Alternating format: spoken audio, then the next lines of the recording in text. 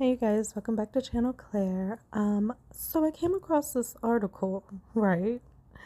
And I was so shocked. I had to click on it, and we've kind of been following this case on my channel.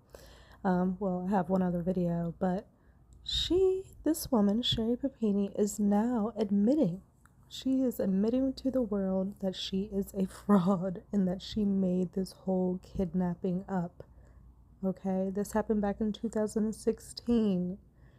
If you follow the Amber Heard case, a lot of fraudulent shit was happening in 2016. A lot of stuff was being made up. And it's so funny that this is running parallel to Amber Heard's case, because this is a woman who made up a kidnapping. She made up bruises on herself. She made it seem like she was branded, starved. And it turns out it was all fake. She was staying with her ex-boyfriend. And they all, the both of them concocted this together. She was literally staying at her ex-boyfriend's house. She convinced her ex-boyfriend that her husband was abusing her. Sound familiar? And so she made this whole thing up to get away from her to be with the ex. And then even before she was leaving, they brought a branding tool and branded her. Literally branded her. Okay? This is just so interesting that it's happening right now. Especially now with this case that is so similar to Amber Heard making up this abuse case, making, bruises on herself and making it seem like she was abused by Johnny. And she is going gung-ho with it. She is not backing down, even though there's all the evidence in the world showing that it's completely made up. She made the bruises on herself. It was makeup, very similar to Sherri. But Sherri is coming out and taking ownership and saying, look, I did this, and she's admitting to it because, when you're caught, you're caught. Most normal people, when they're caught, they fold, and they just take accountability. She says here, I am deeply ashamed of myself for my behavior and so sorry for the pain I've caused my family, my friends, all of the good people who needlessly suffered because of my story, and those who worked so hard to try to help me. Papini said in her statement, I will work hard for the rest of my life to make amends for what I have done.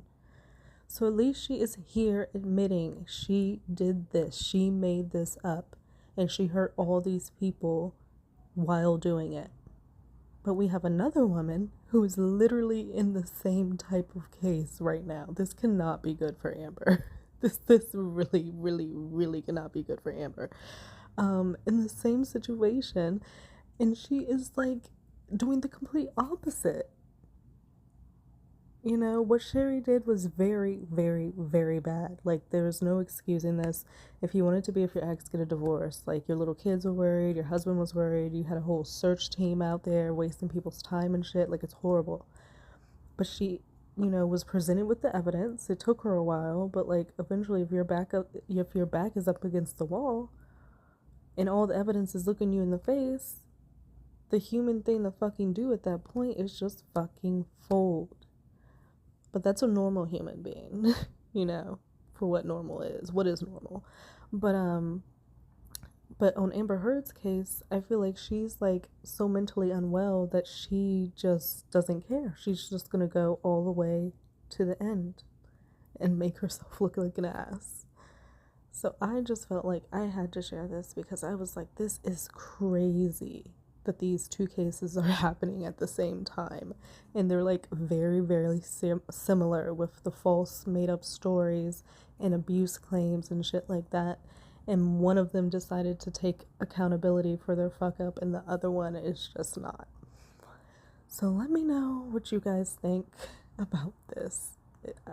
And I know that Amber's PR is probably great, this is happening. If they're doing their research, if they're doing what they're supposed to be doing, I'm sure they're great, this is the perfect time for this shit to be happening. But that's it, you guys. I will see you all in another video. Have a lovely night wherever you may be in this world.